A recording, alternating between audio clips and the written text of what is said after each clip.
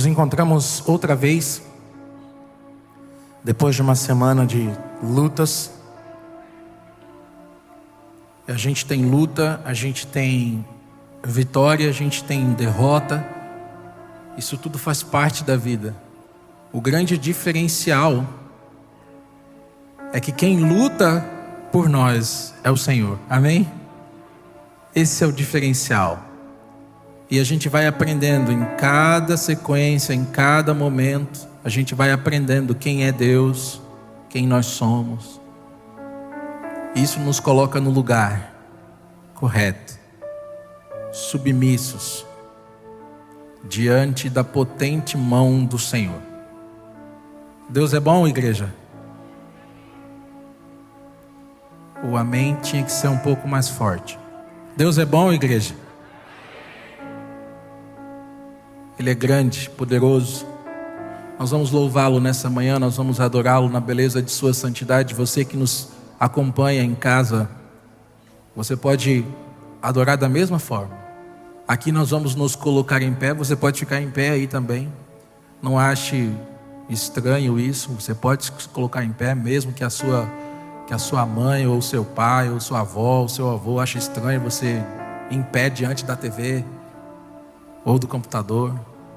Se alguém perguntar, você fala assim: eu estou adorando, estou no altar do Senhor adorando a Ele. É isso que nós vamos fazer aqui agora.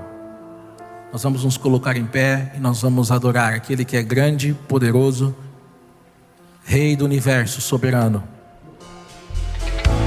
Grande é o Senhor e digno de louvor. Alegria de toda a terra.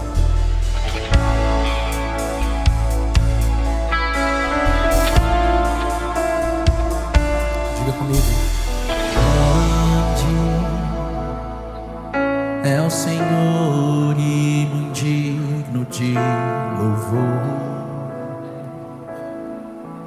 Na cidade do nosso Deus, seu santo monte. A alegria de toda a terra.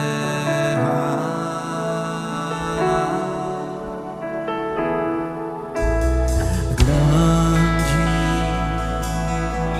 é o Senhor em quem nós temos a vitória e que nos ajuda contra o inimigo.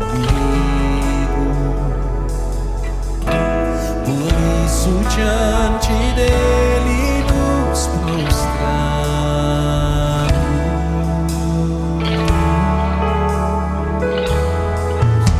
queremos o teu nome engrandecer e agradecer-te por tua obra em nossa vida. Confiamos em teu amor, pois só tu és o Deus eterno sobre toda a terra e céu.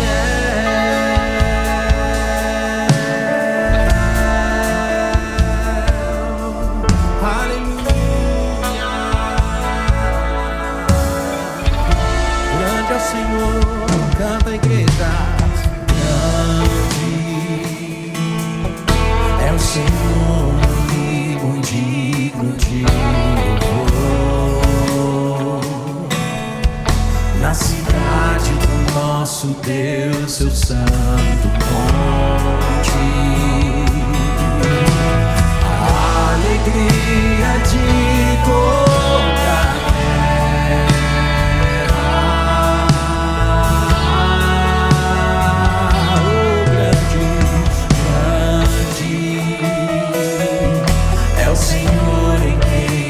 temos a vitória. Ele nos ajuda e que nos ajuda contra o inimigo. Isso diante dele nos prostramos e adoramos, queremos o teu nome, queremos o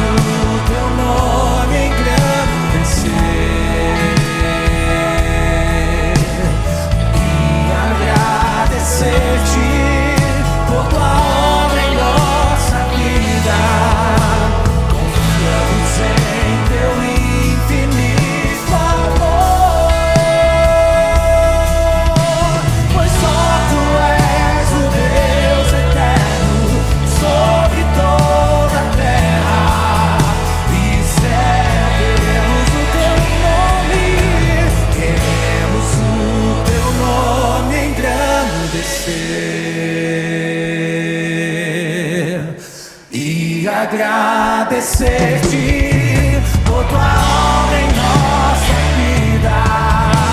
Confiamos em teu infinito amor. Só tu és o Deus eterno sobre toda a terra. Só tu és o Deus eterno sobre toda a terra. Só tu és o Deus eterno sobre toda a terra e céu.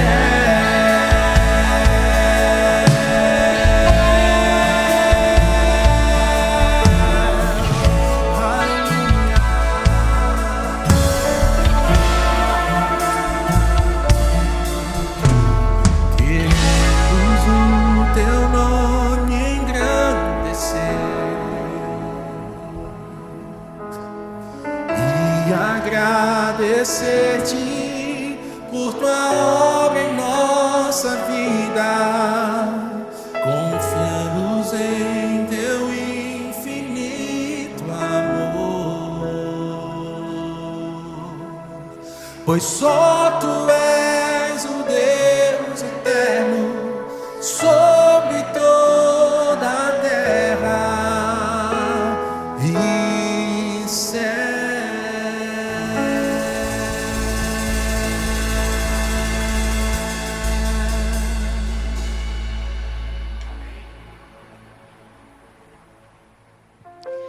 Oração intercessória é uma ação de orar por outras pessoas. No entanto, Cristo é retratado no Novo Testamento como um intercessor supremo. E por causa disso, toda oração cristã se torna intercessão, já que é oferecida a Deus através de Jesus Cristo. Jesus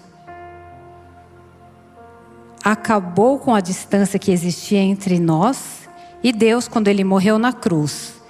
Ele foi o mais importante mediador, intercessor que já existiu. Por causa disso, podemos agora interceder em oração a favor de outros cristãos e não cristãos, pedindo a Deus que lhes conceda que seja feita a sua vontade. Tem 2 versículos aqui que eu vou ler para vocês, que um está no 1 Timóteo 2:5. Portanto, há um só Deus e um só mediador entre Deus e os homens, Jesus Cristo, homem. E o outro está em Romanos 8:34. Quem os condenará?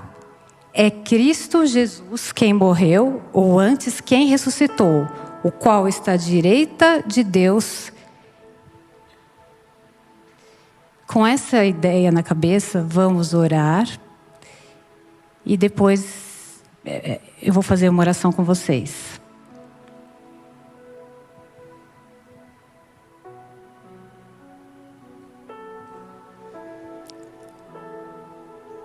Pai querido, obrigado, Senhor, mais um dia por este sábado.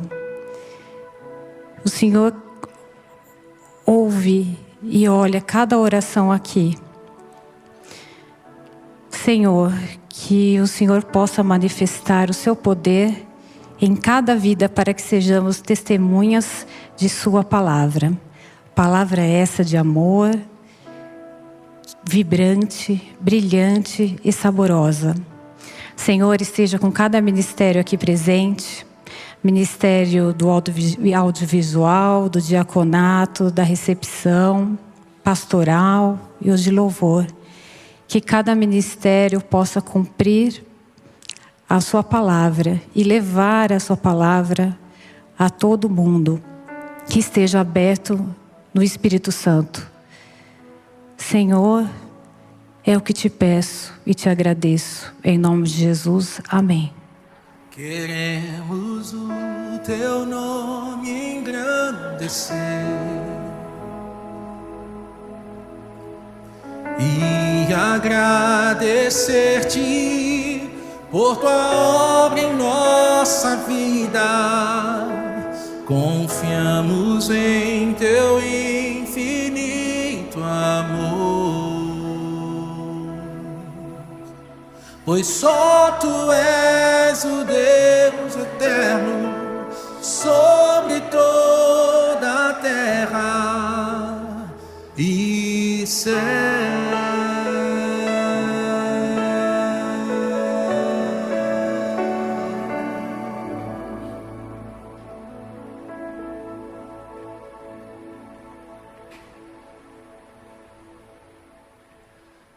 Temos uma pessoa especial na Bíblia que pouca gente se lembra. Uma pessoa que foi muito importante na vida do Paulo. Uma pessoa que chegou a ajudar tanto Paulo, que ele considerou ela como sua segunda mãe. E ele fala em Romanos 16, 13: saúdem Rufo, eleito do Senhor, e sua mãe, quem tem sido minha mãe para mim, tem sido uma mãe para mim também. E daí a gente pergunta, mas quem foi a mãe de Rufo? Possivelmente, a mãe de Rufo deveria ter sido a mulher de Simão de Cirene. Porque Simão de Cirene, na referência de Simão de Cirene na Bíblia, diz o seguinte: certo homem de Cirene, chamado Simão, pai de Alexandre e de Rufo, passava por ali, chegando do campo, e forçaram ele a carregar a cruz. E daí fala que Cirene era uma cidade no norte da África, e que essa família provavelmente era dali do norte da África. Mas qual é a grande história? A grande questão dessa história, além de, claro, Simão ter ajudado Jesus lá atrás, mas que eu quero focar na mãe de Rufo, esposa de Simão. Ela foi uma pessoa que ajudou muito Paulo. Ela foi uma pessoa que sempre ajudou o evangelho e ajudou Paulo nas suas pregações, e sempre cuidou de Paulo e ajudou Paulo. E daí vem a nossa pergunta: o quanto nós estamos ajudando o evangelho?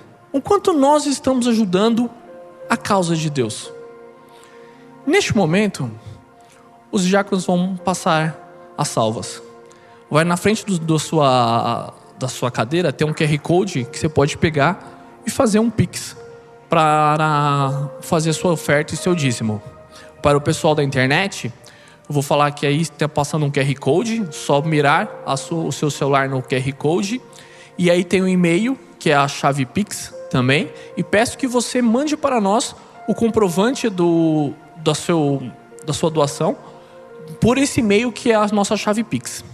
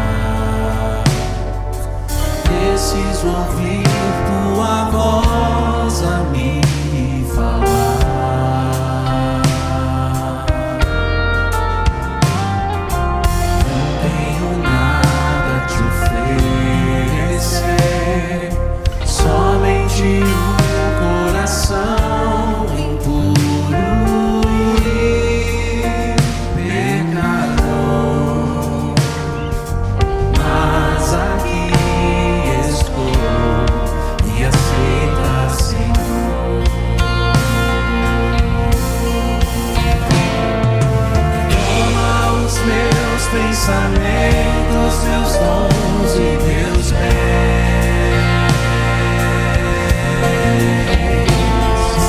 Toma o meu coração e tudo que ele tem.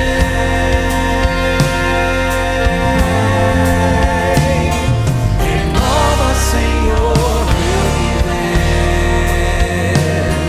Derrama em mim teu amor. Pra sempre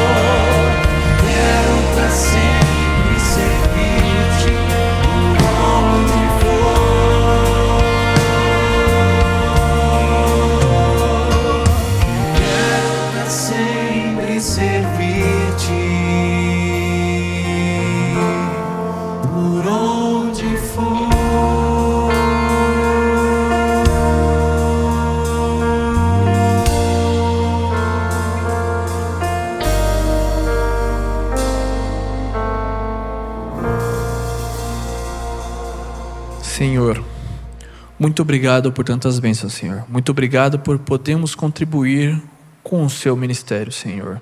Nos usa sempre conforme a sua vontade, que possamos nos doar para o seu ministério e também sempre ajudar o seu ministério. Te peço e agradeço, em nome de Jesus. Amém.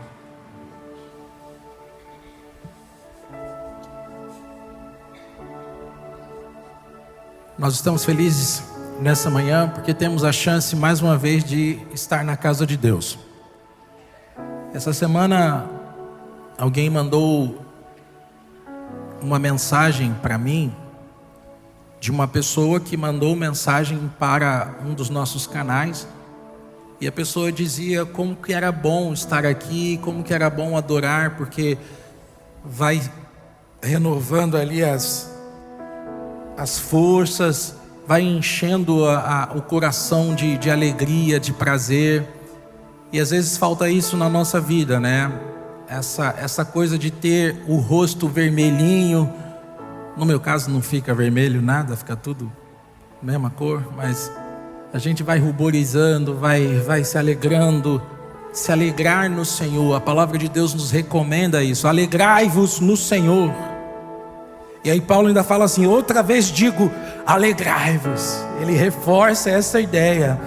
Então a gente tem que se alegrar sempre no Senhor, a gente tem que cantar. E nada melhor para se alegrar do que as canções que nós cantamos, os hinos que reforçam a nossa fé. Então nós precisamos sempre nos alegrar no Senhor. Hoje a gente está recebendo aqui o maestro Pablo Sanches. Maestro, por favor, fique em pé para aqueles que conheçam. Esse é o diretor musical da FADBA, lá da nossa faculdade de teologia. A faculdade não só de teologia, né, maestro, mas de outros cursos ali na Bahia. Bem-vindo, essa é a Nova Semente, sua casa é aqui, fique à vontade sempre que estiver em São Paulo, ou sempre que tiver outro problema na conexão de voo, esse aqui é o seu endereço. Já fique em pé, maestro, porque todo mundo vai ficar em pé agora e nós vamos adorar ao Senhor, cantando e adorando a Ele com todo o prazer, com todo o fervor, com toda a alegria.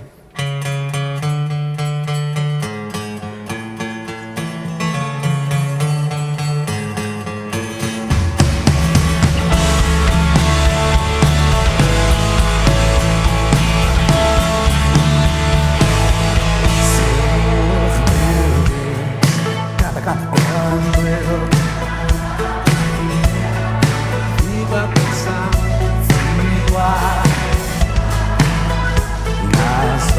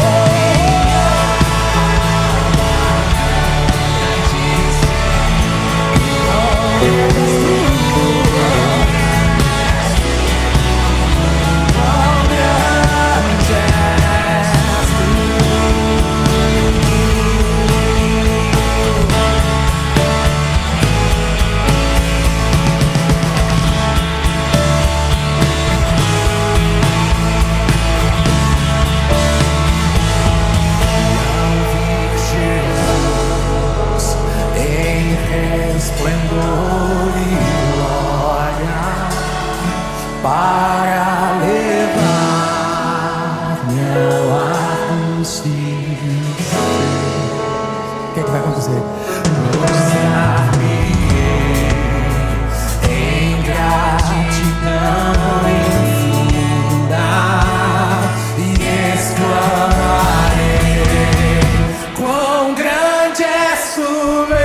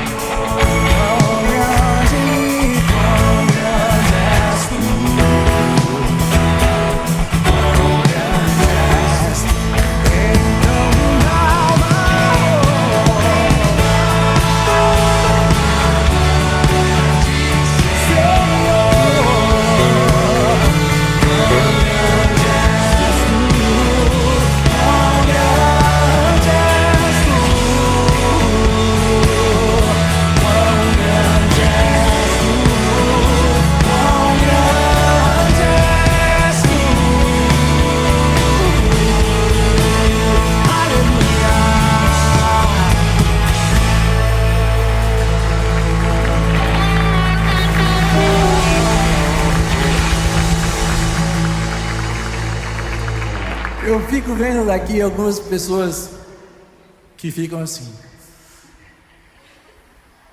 eu vou bater palma, não vou. Eu vou cantar, não vou. Ei, Não se preocupe, você está na presença do Senhor, amém? Na presença do Espírito de Deus há sobra de alegria. Você não precisa se preocupar se vai ter alguém olhando para você, se você está levantando a mão, se não está, porque aqui todo mundo foi resgatado pelo sangue de Jesus, amém? Aqui não tem ninguém diferente, todo mundo aqui é resgatado, amém, igreja? Então minha alma tão grande, então minha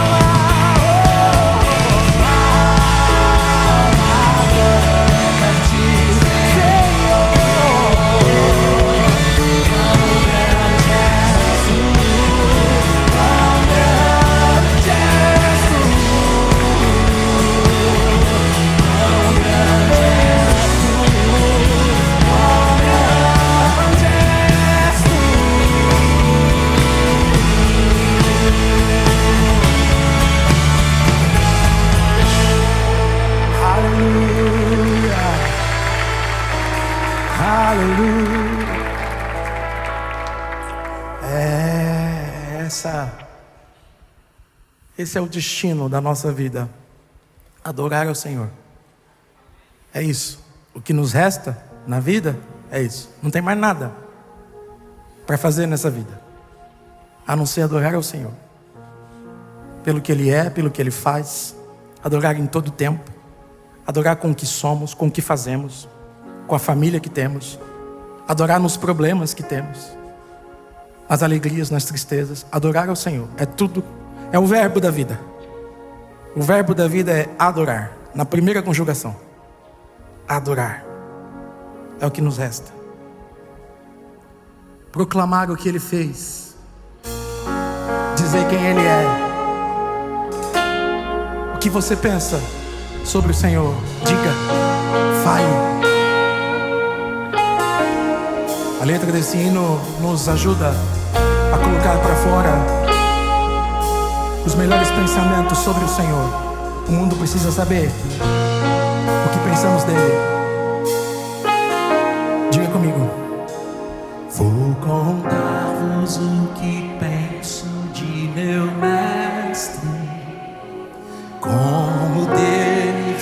recebi a luz e a paz, transformou meu viver completamente. Só Jesus a minha alma satisfaz. Sempre cuidará de mim, meu mestre, com amor e compaixão sem fim. Nenhum outro tira a culpa do pecado. Oh, como Ele ama.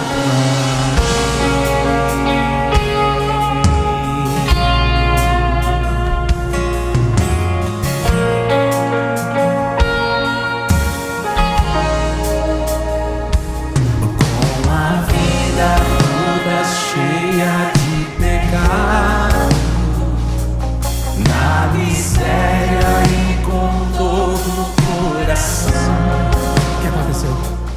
Em seus braços Ele ergueu-me com ternura, deu-me vida, deu-me paz, consolação. Sempre cuidará de mim, meu mestre, com amor e compaixão sem fim. Nenhum outro tira a culpa do pecado. Oh, como Ele ama-me.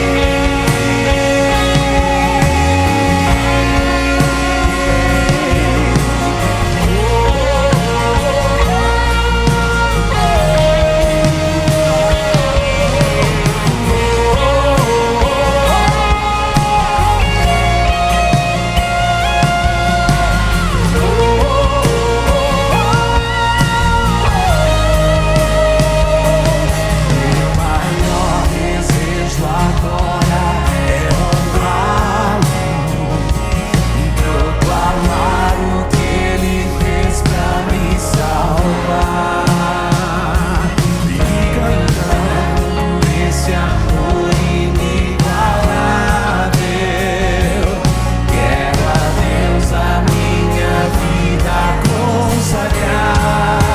Sempre cuidará de mim, meu mestre, com amor e compaixão sem fim. Nenhum outro tira a culpa do pecado. Oh, como Ele ama-me.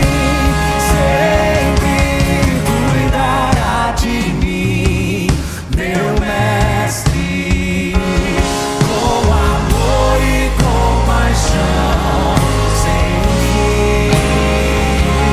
Nenhum outro tira a culpa do pecado.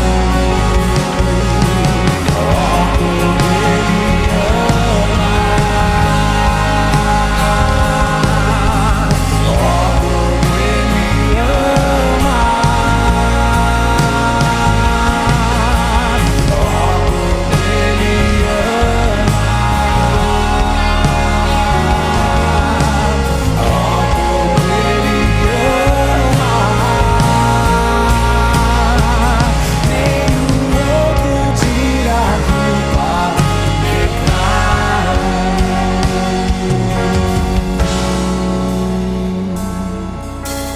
Oh, como Ele ama.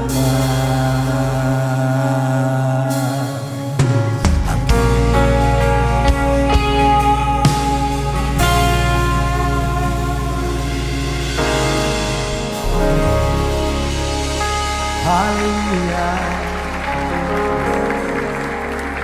Aleluia. A gente recebe todos os dias uma declaração de amor do Senhor. Eu amo você, você é meu filho. E muitas vezes o que nos falta, sabe o que é? É nós começarmos a responder com amor ao Senhor. Que Deus ama você, você já sabe. A pergunta que é feita para nós é: nós amamos o Senhor?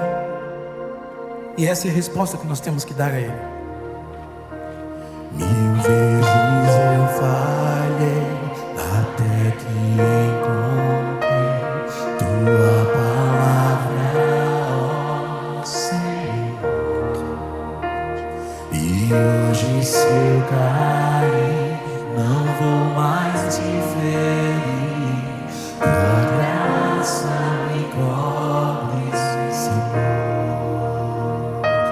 Majestoso Deus, é desejo meu prosseguir em te buscar, sempre me perder na arte de trazer louvores a ti, Senhor.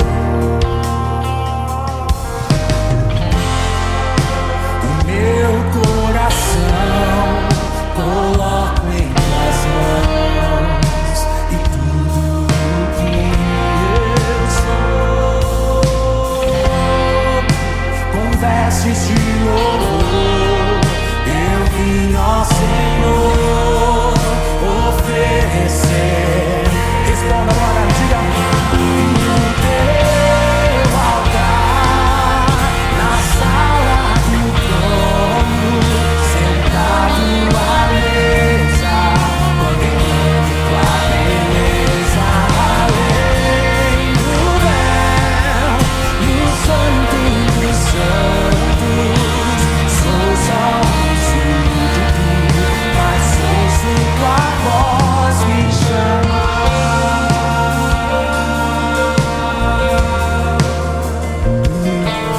O Senhor está chamando a sua igreja.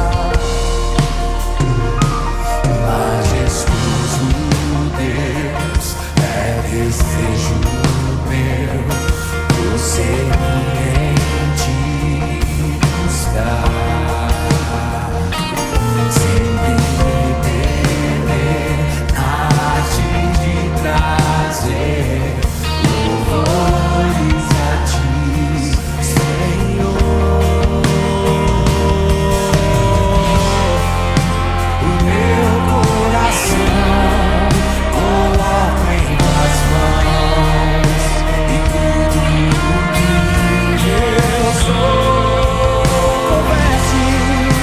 com versos de louvor, eu vim assim oferecer o meu melhor no teu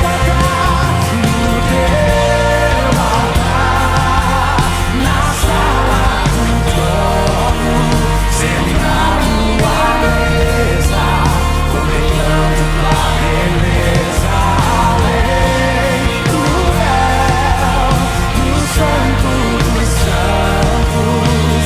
Sou só, eu sou, mas ouço tua voz no teu altar, na sala do trono, sentado à mesa, contemplando tua beleza, além do véu, no santo dos santos. Sou só um súdito, mas ouço tua voz. Eu sou só um súdito, mas ouço tua voz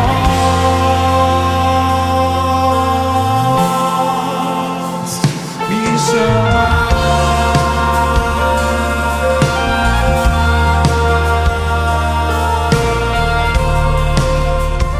Aleluia. No teu altar, na sala do trono, sentado à mesa, contemplando tua beleza, além do véu, no santo dos santos.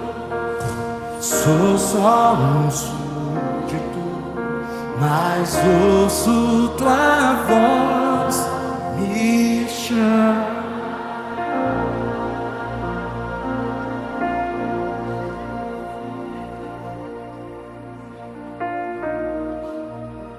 Oremos. Maravilhoso Deus e bom Pai, nós, como acabamos de cantar, nós nos colocamos humildemente diante do Teu altar. Reconhecemos quem somos e também reconhecemos e sabemos quem Tu és. E é por isso, bom Deus e Pai, que suplicamos ao Senhor que Tu continues manifestando a Tua graça, a Tua bondade para com cada um de nós. Ó Deus eterno, nós abriremos a Tua palavra e ao fazê-lo pedimos que pelo poder do Teu Espírito Tu abras a nossa mente, Tu abras o nosso coração, para que a Tua palavra fale conosco e por intermédio da Tua palavra haja transformação de vidas aqui nesta manhã. Fica conosco, suplicamos e agradecemos, em nome do nosso Senhor e Salvador Cristo Jesus. Amém.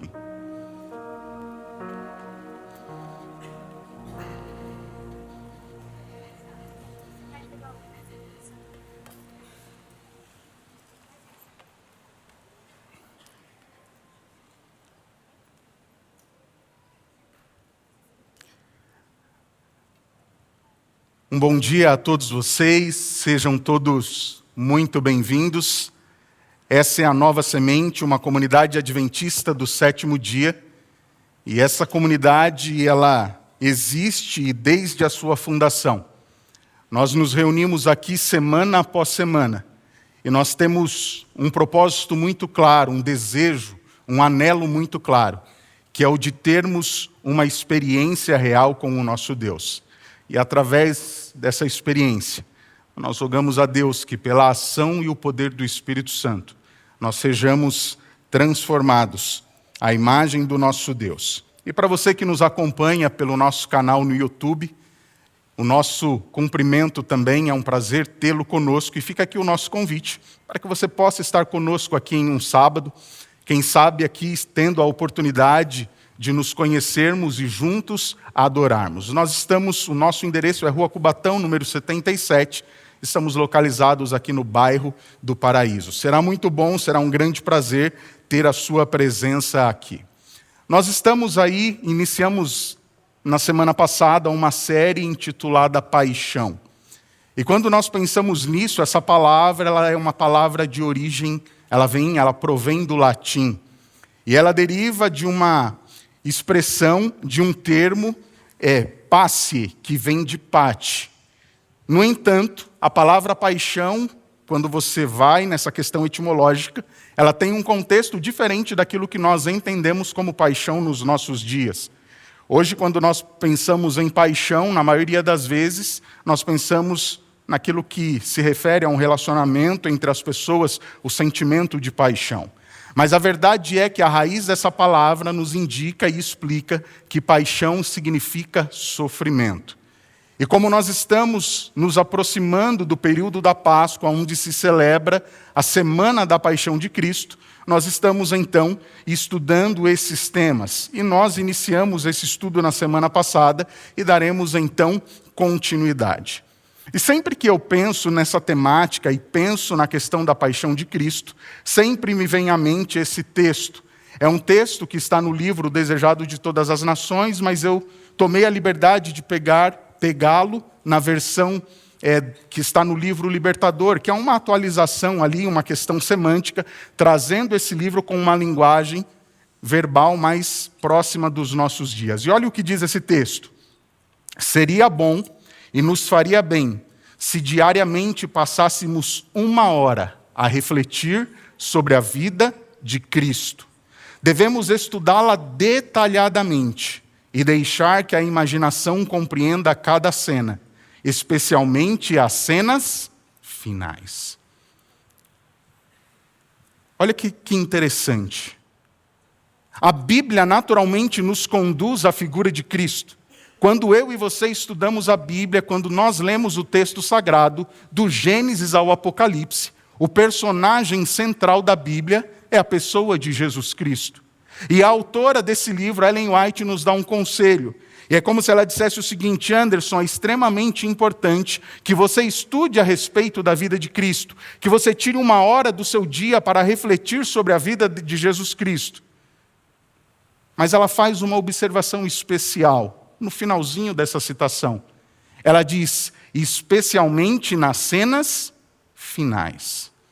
E é interessante, isso é tão importante, que quando você faz uma análise dos evangelhos, e nós temos os 4 evangelhos, alguns desses evangelhos, praticamente, eles ocupam metade da sua quantidade de capítulos, única e exclusivamente contando e narrando os últimos acontecimentos da vida de Jesus Cristo. E estes últimos acontecimentos, todos eles ocorreram em uma única semana.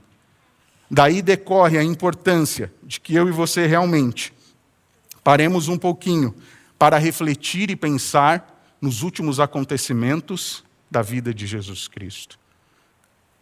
Mas o interessante é que a minha e as suas considerações a respeito da vida de Cristo, é óbvio que devem ser centradas no que ocorreu com um personagem central, com o nosso grande mestre Jesus Cristo. Mas é muito válido que nós então tenhamos a nossa percepção levada para o que aconteceu com aquelas pessoas que de um modo direto, ou talvez indireto, se relacionaram com Cristo nesse período dessa última semana. E é justamente isso que nós nos propusemos a fazer com vocês nessa série.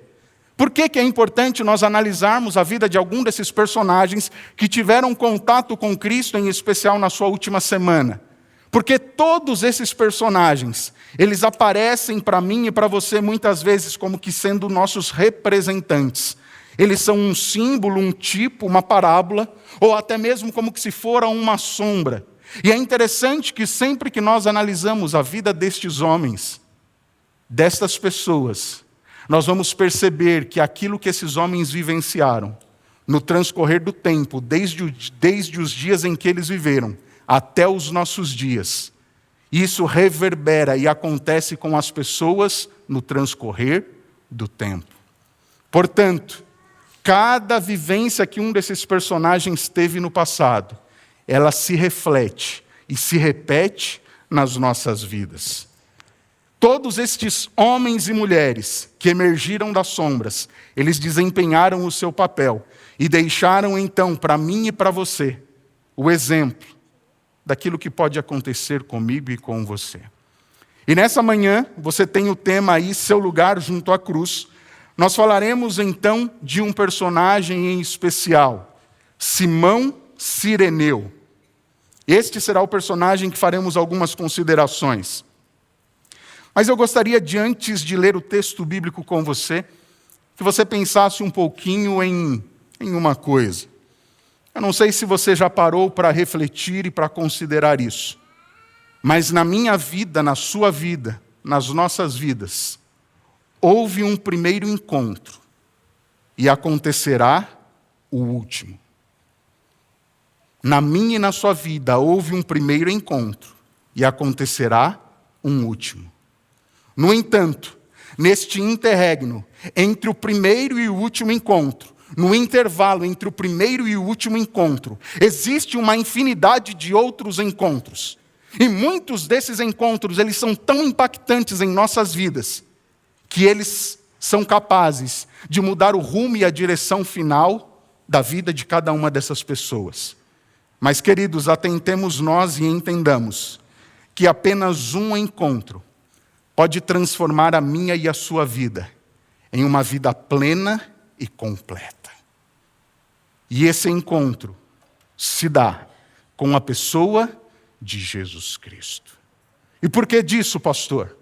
Porque Jesus Cristo, Ele não só é o Criador, o autor da vida, mas Ele mesmo, enquanto esteve na terra, disse para mim e para você, disse através do texto bíblico, disse para aqueles que se relacionaram com Ele, que Ele veio justamente para nos conceder vida, e vida em abundância.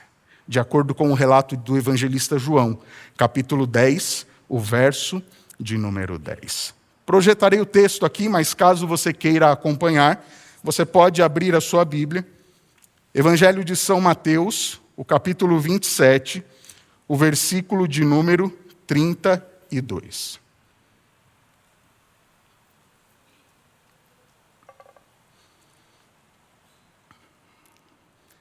Evangelho de São Mateus, o capítulo 27, o verso 32, diz o seguinte: Ao saírem, encontraram um cireneu chamado Simão, a quem obrigaram a carregar a cruz.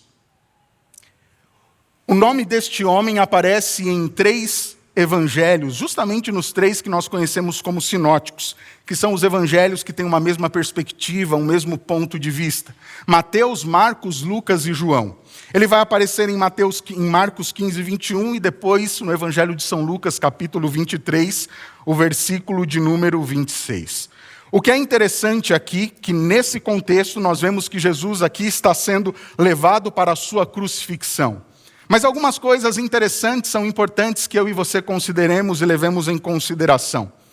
No último período do ministério de Jesus Cristo, nos 6 últimos anos, aconteceram 3 coisas interessantes no ministério de Jesus Cristo. E se nós pudéssemos, melhor dizendo, dividir o ministério de Cristo em 3 pontos, nós teríamos um momento de anonimato, popularidade e rejeição. Esse último momento do ministério de Cristo, ele é completo e repleto de rejeição. Aquilo que outrora causara curiosidade e era como um elemento atracional, levando as pessoas até Jesus Cristo, transformou-se em um objeto de ódio, de raiva, ao ponto de muitas daquelas pessoas desejarem tirar a vida de Jesus Cristo. E é interessante que João, lá no capítulo 11, verso 50, registra isso. E eles chegaram a considerar, olha, não vale muito mais nós tirarmos a vida de apenas um homem do que nós extinguirmos toda uma nação. E todo esse ódio, todo esse rancor que foi direcionado para a vida de Jesus Cristo, fez com que muito da audiência de Cristo diminuísse. Se você depois acompanhar o relato em João capítulo 6, o verso de número 66, você perceberá que muitos dos discípulos de Cristo o abandonaram e que Jesus Cristo, em algum momento, tinha aquilo que os oradores, os pregadores, menos gostam de ter, uma audiência diminuta. Porque essas pessoas tinham tido uma outra percepção, uma percepção distorcida. Não queriam mais estar na presença do seu mestre. Lembra-se que no último estudo que tivemos, no primeiro dessa série, o pastor Igor falou para nós a respeito de Judas, das escolhas que Judas fez. E depois daquele momento em que Judas traz Jesus Cristo, toma a Santa Ceia ali junto com os demais discípulos, e ele então se encontra com Cristo, o beija e indica então que é Jesus Cristo quem era o mestre, aquele que deveria ser preso. Depois daquele momento, na quinta-feira à noite, Jesus Cristo então se dirige com os seus discípulos para o Getsemane. E depois de passar aquele momento especial com eles, ele sabia que dentro de pouco tempo, qual seria o desenrolar da história. Jesus Cristo, então, depois de ser capturado e preso, Jesus Cristo é levado para ser julgado. E Jesus Cristo, ele passa por 2 julgamentos. O julgamento judaico e o julgamento romano. E o interessante é que nesse julgamento, as 3 acusações levantadas contra Cristo foram: a primeira delas, ele tinha sido ameaçado de destruir o templo. A segunda, ele tinha reivindicado ser o Filho de Deus. E a terceira, ele tinha agitado o povo contra César, colocado o povo em oposição. E o interessante é que quando Jesus Cristo comparece diante deste julgamento judaico, Jesus Cristo comparece diante de Anás e Caifás, e depois, em um terceiro momento, ele comparece diante de todo o Sinédrio, aqueles 70 homens.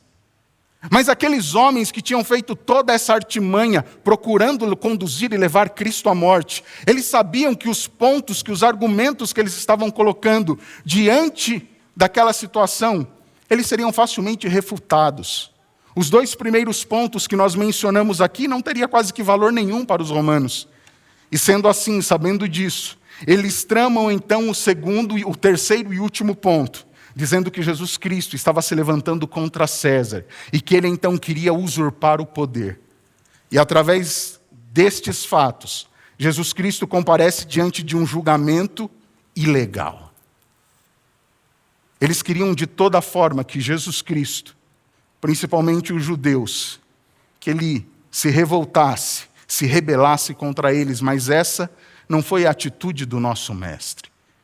E a Bíblia, por inúmeras vezes, diz para mim e para você que quando Cristo estava diante deles, ele permaneceu como que uma ovelha muda.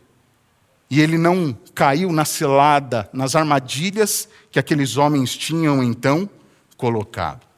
Quando pensamos nessa perspectiva do julgamento em que Cristo compareceu nesses dois tribunais, se há que há alguma coisa de legal nisso, que atendia aos reclamos da lei vigente naquele dia, talvez a única coisa seja de que eles tenham respeitado a ordem. Primeiro ele compareceu e foi julgado diante dos judeus, e depois conduzido ao julgamento diante dos romanos. E é interessante que depois que Jesus Cristo passa por todo esse processo, por todo este julgamento, você conhece e se lembra da história. Jesus Cristo é espancado. Batem muito, mas muito em Jesus Cristo. Jesus Cristo é açoitado. Jesus Cristo é humilhado, ele é desrespeitado. E eu gosto muito de um texto que dá uma pálida noção para mim e para você de qual foi o sofrimento de Cristo. Está no livro do profeta Isaías, capítulo 52, verso 14. Esse texto aqui, para mim, descreve e sintetiza muito bem isso. Isaías 52, 14.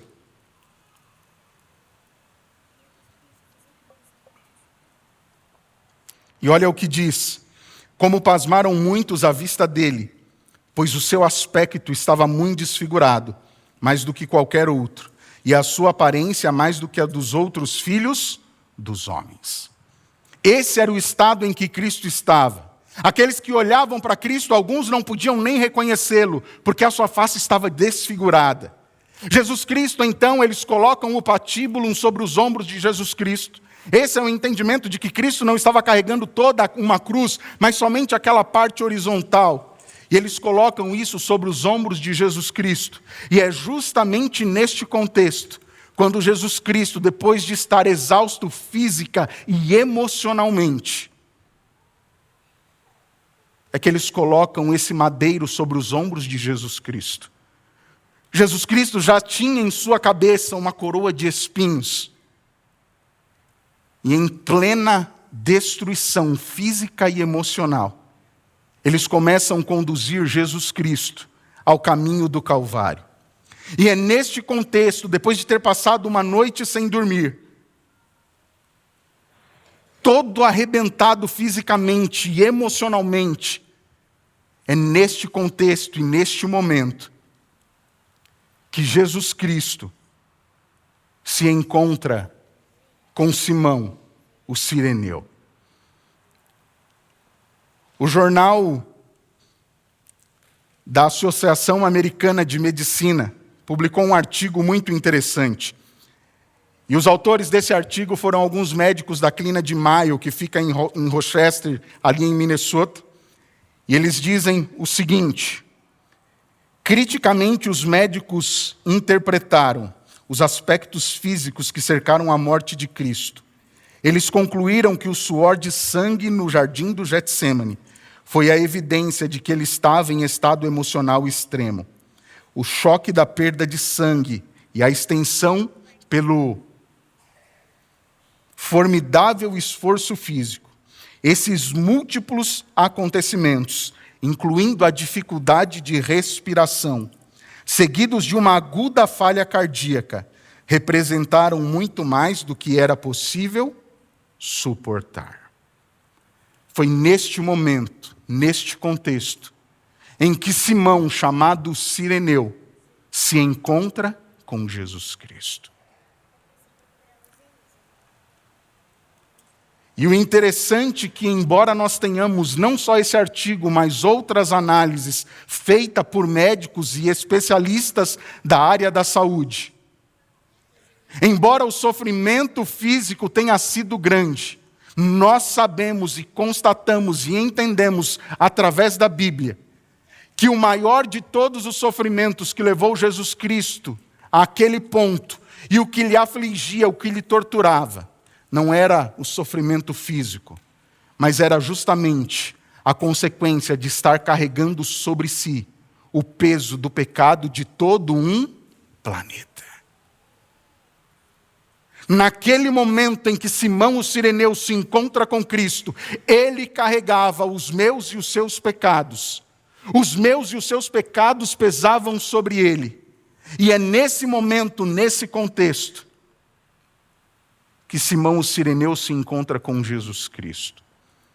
Você se lembra do texto de Efésios capítulo 2, verso 8? Porque pela graça sois salvos, mediante a fé, mas isso não vem de vós, é um dom de Deus. Aqui existe algo muito interessante. Jesus Cristo, ele não tinha pecado, ele carregava o pecado sobre ele. E então, quando eu e você recebemos a graça de Cristo, nós o recebemos em nossa vida, o aceitamos. Eu e você não nos tornamos justos, nós não temos graça em nós, mas recebemos a justiça dele em nossas vidas. E Jesus Cristo só pôde fazer isso por mim e por você, porque como diz lá na carta de 1 Pedro, capítulo 2, verso 21, eu gostaria que você acompanhasse. O nosso Mestre, o nosso Senhor e Salvador Jesus Cristo não tinha pecado. E aqui eis uma das grandes pérolas da justificação pela fé. Se Cristo fosse um pecador como eu e você, ele não poderia, obviamente, ser o meu e o seu Salvador. Mas Pedro diz aqui em sua primeira carta, no capítulo 2, o verso 21, o seguinte: porquanto para isto mesmo fostes chamados, pois que também Cristo sofreu em vosso lugar, deixando-vos exemplo para seguirdes os seus passos, o qual não cometeu pecado, nem dolo algum se achou em sua boca. O nosso Mestre sofreu e morreu em nosso lugar, justamente para oferecer a mim e a você o perdão dos pecados. O interessante é que quando Jesus Cristo e Simão o Cireneu se encontram, o Evangelho, o relato bíblico diz para mim e para você que eles estavam em caminhos opostos. Cirene, como foi dito aqui pelo nosso amigo Jabes, era uma cidade que ficava no norte da África. E se você procurar os registros na tradição e pinturas da época, você vai perceber que as pessoas naturalmente atribuem a figura de Simão como sendo um homem negro, ele era um africano. E nos diz então que ele está vindo, ele não vivia em Jerusalém, mas como um bom judeu, um judeu africano, ele vinha para Jerusalém porque era a época da Páscoa, e ele estava ali para celebrar a Páscoa. E Jesus Cristo está sendo levado justamente em um caminho oposto. Jesus Cristo está sendo conduzido ao Monte do Calvário, o Monte da Caveira. E é nesse momento que esses dois homens se encontram em caminhos distintos, em caminhos diferentes. E olha só o que diz esse texto. Quando Simão o Cireneu se depara com Jesus Cristo, olha o que acontecia com ele. Ao passar Jesus à porta do pátio de Pilatos, a cruz preparada para Barrabás foi-lhe deposta nos feridos e sangrentos ombros. A carga do Salvador era demasiado pesada para o estado de fraqueza e sofrimento em que ele se achava. Provavelmente Jesus Cristo estava cambaleando, caindo, ou quem sabe se arrastando pelo chão. E é nesse momento, como nós lemos no relato de Mateus 27, 32, que o soldado romano diz o seguinte: olha, carregue a cruz deste homem. Existia uma lei entre os romanos naquele tempo. Suponhamos que você fosse um judeu e você estivesse indo para o seu trabalho, e você cruzasse com um soldado romano e ele estivesse carregando uma mochila pesada. E ele então poderia tranquilamente olhar para você e dizer o seguinte: olha, pega a minha mochila. E você teria a responsabilidade de carregá-la por pelo menos 1 milha. E naquele momento, aquele homem dá essa ordem. Mas o interessante é que no livro Desejado de Todas as Nações nos diz que quando o olhar de Simão o Cireneu cruza com o olhar de Cristo, o Espírito Santo trabalha na mente e no coração daquele homem e o impele, não só porque ele foi ordenado, mas ele se compadece do que estava acontecendo com aquele homem. E ele então toma a iniciativa de carregar aquela cruz, aquele patíbulo. Eu fico pensando e perguntando, qual será o momento necessário para que eu e você tenhamos de fato um encontro com Jesus Cristo? Será que eu e você nós nos lembramos do momento em que tivemos um encontro com Ele? Ou será que eu e você estamos ansiando e almejando este encontro? Simão, ele teve o seu encontro, e isso foi marcante na vida dele. Naquele momento, ao pegar e carregar aquela cruz, Simão estava tendo um grande privilégio de poder, nos últimos momentos da vida do Filho de Deus aqui na terra, de poder ajudá-lo. Você se lembra que em alguns momentos anteriores, em um momento de oração de Cristo, ele ora e fala para o Pai: Pai, se possível, afasta de mim este cálice.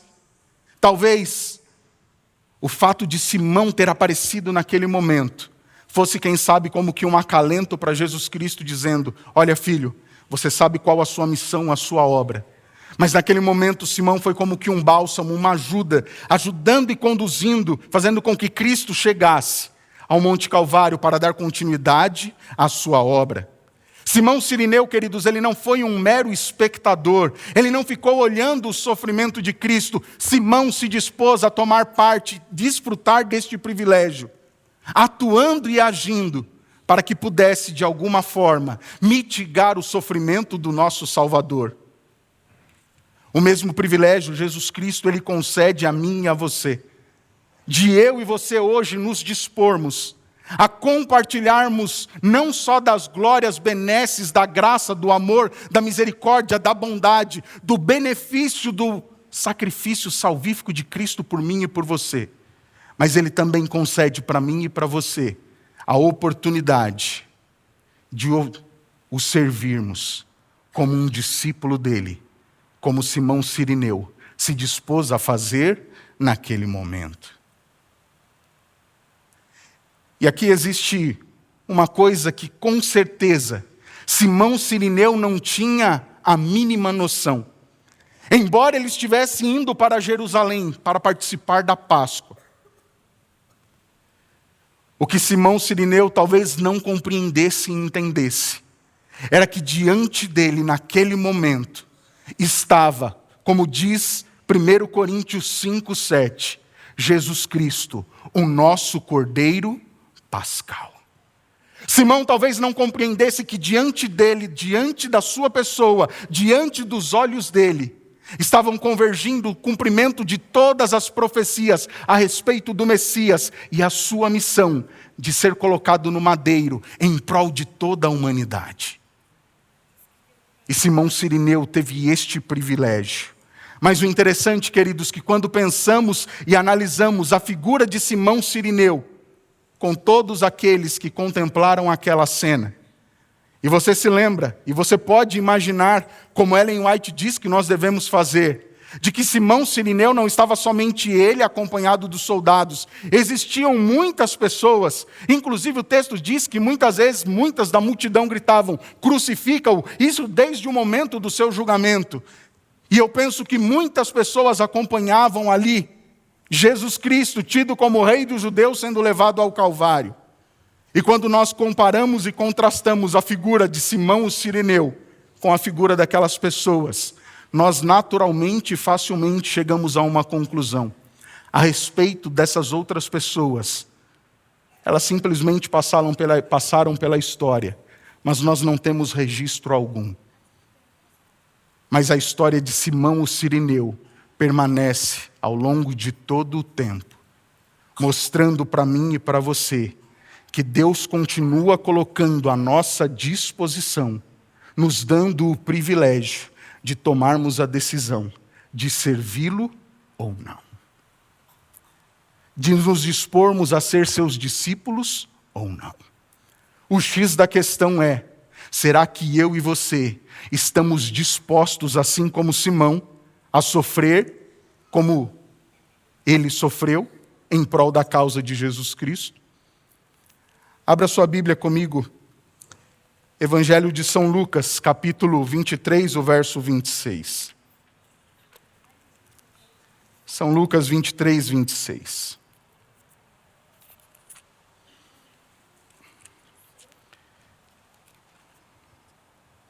E aqui nós temos, como eu disse para vocês, a outra citação, onde se aparece a história de Simão o Cirineu. E como o conduzissem, constrangendo um sireneu chamado Simão, vinha do campo, puseram-lhe sobre os ombros para que levasse após Jesus. Aqui, de acordo com o relato de Lucas, ele faz a observação e indica, na sua perspectiva, como se deu o encontro entre Jesus Cristo e entre Simão. Entre Jesus Cristo e Simão, melhor dizendo. Mas aqui existe uma condição interessante. E no final deste versículo ele diz que eles puseram a cruz sobre os ombros de Simão para que ele levasse após Jesus. Agora volte um pouquinho na sua Bíblia no capítulo 14 do Evangelho de São Lucas. E leia comigo o versículo de número 27. São Lucas capítulo 14, o versículo de número 27. São Lucas 14, 27. E olha o que diz o texto. E qualquer que não tomar a sua cruz e vier após mim, não pode ser chamado o meu discípulo. Aqui, nós podemos fazer e estabelecer uma correlação com aquilo que aconteceu com a vida de Simão o Cireneu e com aquilo que Jesus Cristo coloca e pede para mim e para você, para que nós nos disponhamos a agir e ser um discípulo dele. No momento em que Simão o Cireneu carrega a cruz de Cristo, aquilo teve um impacto não somente momentâneo na vida daquele homem, mas teve desdobramentos que ele carregaria para toda a sua vida. E quando nós voltamos ao capítulo 14, em momentos anteriores, enquanto Jesus Cristo está na terra, e ele tem a oportunidade de falar para a sua audiência, ele traz uma mensagem extremamente importante. E essa mensagem foi importante no passado. Essa mensagem é importante para mim e para você hoje. E continuará sendo importante até que Jesus Cristo volte. E a mensagem dele para mim é: Anderson, se você quer ser o meu discípulo, há a necessidade que você tome a minha cruz na sua vida, que você a carregue e então venha após mim. Caminhar após Jesus Cristo é tomar a decisão de segui-lo, e seguir a Jesus Cristo envolve renúncia. Significa eu abrir mão dos meus gostos, para então querer e ter os gostos de Cristo na minha vida. Queridos, não nos iludamos, só estarão no céu aqueles que, ao olhar para a cruz de Cristo, meditarem e contemplarem em sua vida, principalmente nas cenas finais, entenderem que Ele fez isso porque Ele me ama, porque Ele te ama. Mas não só entender, não só guardar isso na mente, mas se dispor e falar para Jesus Cristo: Senhor, eu quero carregar a sua cruz, eu quero ser o seu discípulo. Abandonar aquilo que eu e você gostamos, aquilo que nos dá prazer, aquilo que nos faz bem. Com certeza abandonar algo que gostamos, mas que talvez não seja benéfico. Isso causa estranheza, causa dor. Eu e você naturalmente não queremos fazer isso. Mas Jesus Cristo disse: Anderson, se você quer viver como um cidadão do meu reino, mesmo aqui na terra, há necessidade de renúncia, há necessidade de mudança. E foi justamente isso o que Simão o Cireneu fez. Olha o que diz esse texto. Desejado de todas as nações, a página 554. O conduzir a cruz de Cristo foi-lhe uma bênção. E posteriormente mostrou-se sempre grato por essa providência. E isso levou a tomar sobre si a cruz de Cristo por sua própria escolha, suportando-lhe sempre, animosamente, o peso. O texto está dizendo para mim e para você, que depois daquele momento em que ele carregou e foi com Jesus Cristo até o Monte Calvário, a história para Simão Cireneu, o impacto daquilo na vida dele não acabou por ali. Aquilo continuou ecoando e reverberando na vida dele, ao ponto de dizer que ele então sempre agradecia a Deus por ter tido aquele privilégio. O relato de Marcos capítulo 15, no versículo 21, ele diz que Simão ele tinha 2 filhos, Rufo e Alexandre. E quando nós acompanhamos, esses nomes vão aparecer tanto na carta de Romanos capítulo 16, como 1 Timóteo 1:20 e 2 Timóteo 4. E é interessante que quando Paulo está encerrando a sua carta aos Romanos, ele diz que ele foi assessorado e ajudado não só por Rufo, mas também pela mãe de Rufo, que muito provavelmente fora aquela que foi esposa de Simão o Cireneu.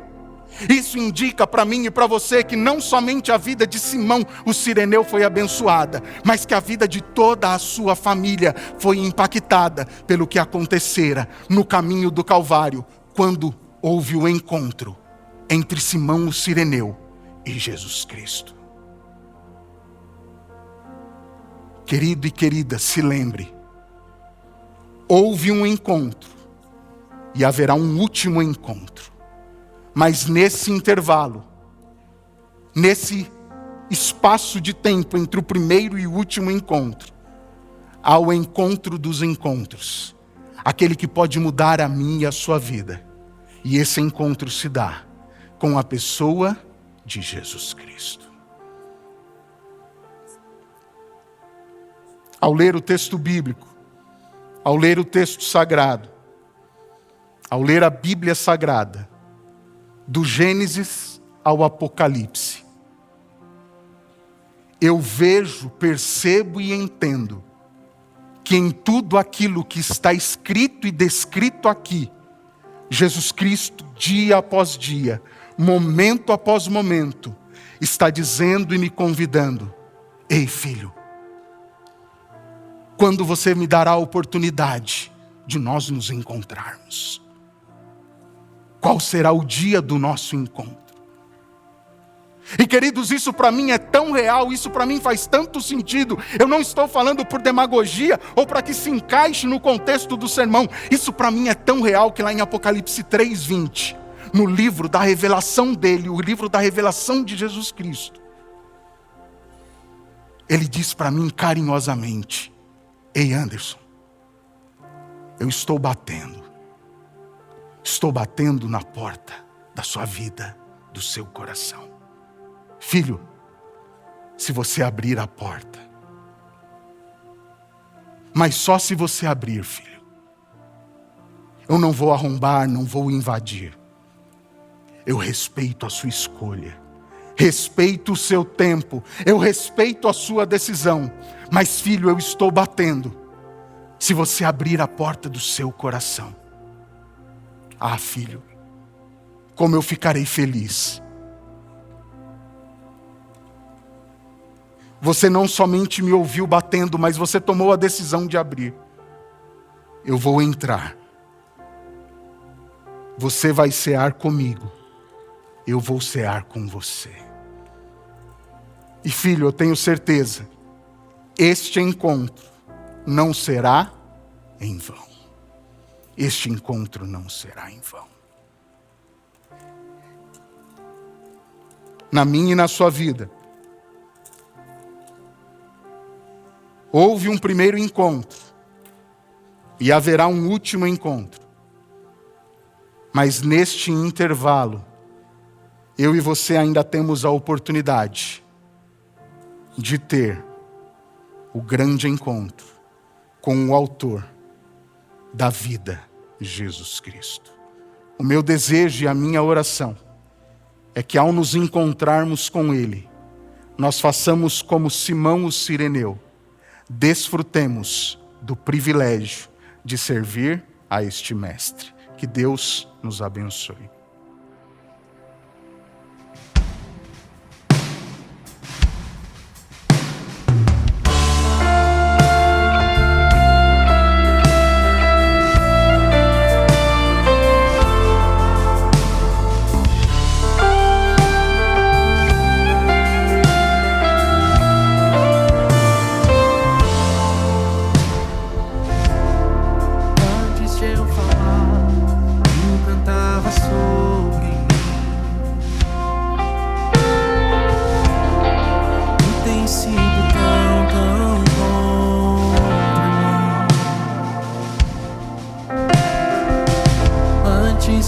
respirar, sopraste tua vida em mim. Tem sido tão, tão bom pra mim.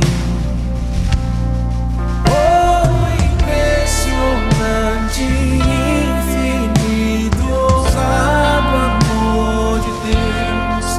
Oh, que deixa as 99 só pra me encontrar. Não posso comprá-lo, nem merecer. Mesmo assim se entregou.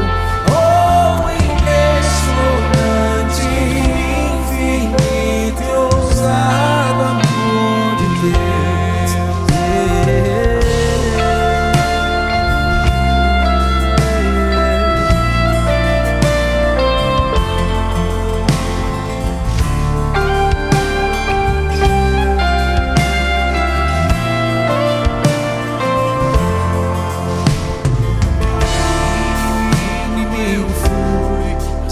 Amor lutou por mim.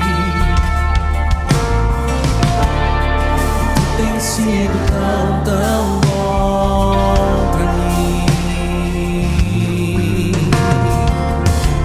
Não tinha valor, mas tudo pagou por mim. Tens sido tão bom. Tu tens sido tão, tão bom pra mim.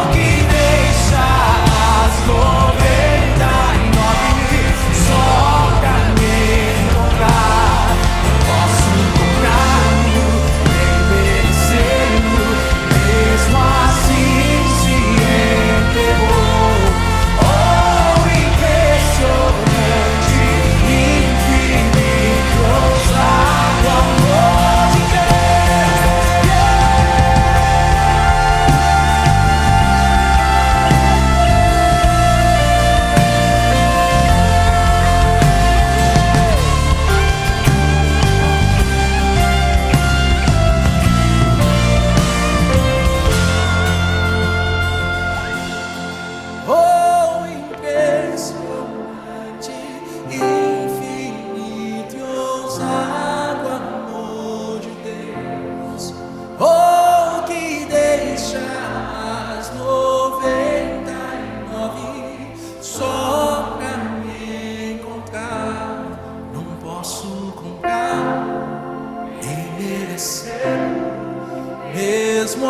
assim se entregou.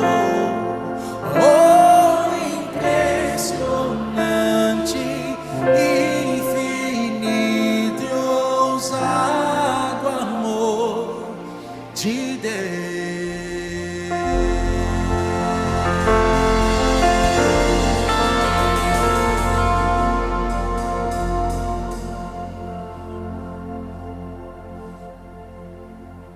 Bom Deus e Pai, nós agradecemos ao Senhor por esse amor tão grandioso. Amor esse que ao longo de todos os tempos e todas as eras tem alcançado milhares e milhares de pessoas. E bom Deus e Pai, mesmo em um momento em que o Teu Filho aqui na terra passava por dor e sofrimento, ao ter um encontro em uma circunstância totalmente adversa, quando Simão o Cireneu o encontrou, ele foi atingido, alcançado por tamanho amor e tamanha misericórdia. Suplicamos ao Senhor que isso também aconteça com cada um de nós aqui, e que dia após dia nós sejamos alcançados por Teu amor. E bom Deus e Pai, que não somente isso ocorra, mas que assim como Simão fez, nós nos disponhamos a não só desfrutar dos privilégios e da bênção que é ser salvo por Jesus Cristo, mas nos disponhamos também a aceitar servir-te como o seu discípulo e naturalmente carregarmos a cruz de Cristo, e mesmo que o sofrimento venha, que nós entendamos que nós estamos tendo um privilégio em te servir.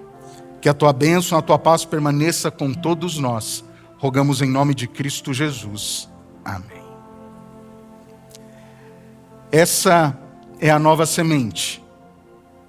E como nós sempre dizemos, aqui nós temos uma experiência real com Deus. Nós desejamos a você que o Senhor continue te abençoando e te guardando. Um excelente restante de sábado a todos vocês. E agora fiquem com a banda da Nova Semente.